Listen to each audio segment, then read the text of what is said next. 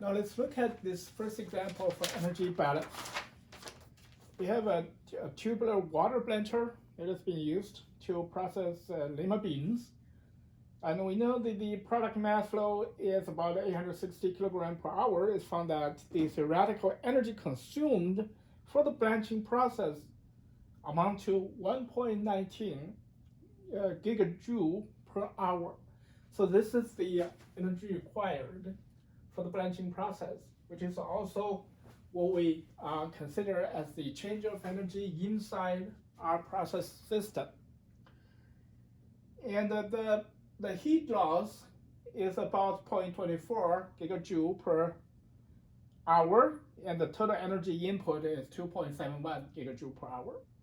And we wanted to calculate the energy required to reheat the water. So what do we mean by energy required to reheat the water?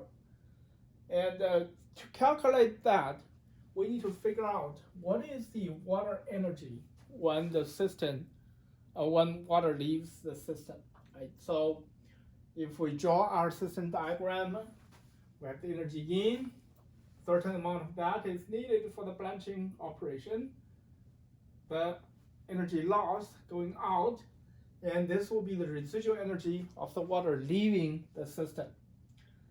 And if we write our energy balance equations, energy in minus the energy out, which is the residual energy in the water, that equals to the energy loss during the process plus the energy that is consumed in this process.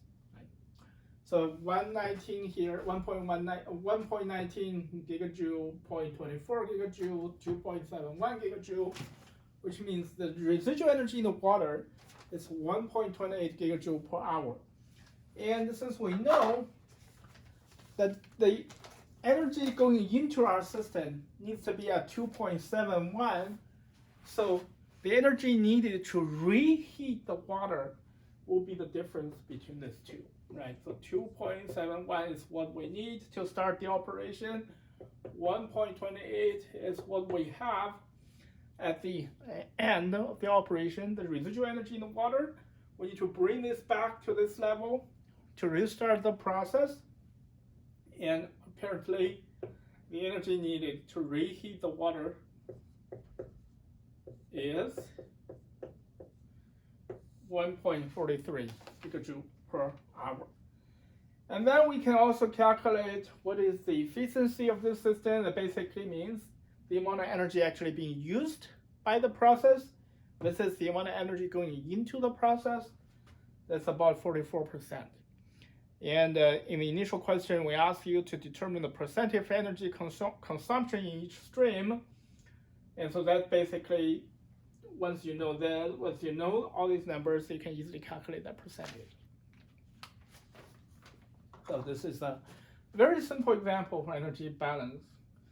The key to solve this correctly is how that you can interpret the problem and translate that into a mathematical expression.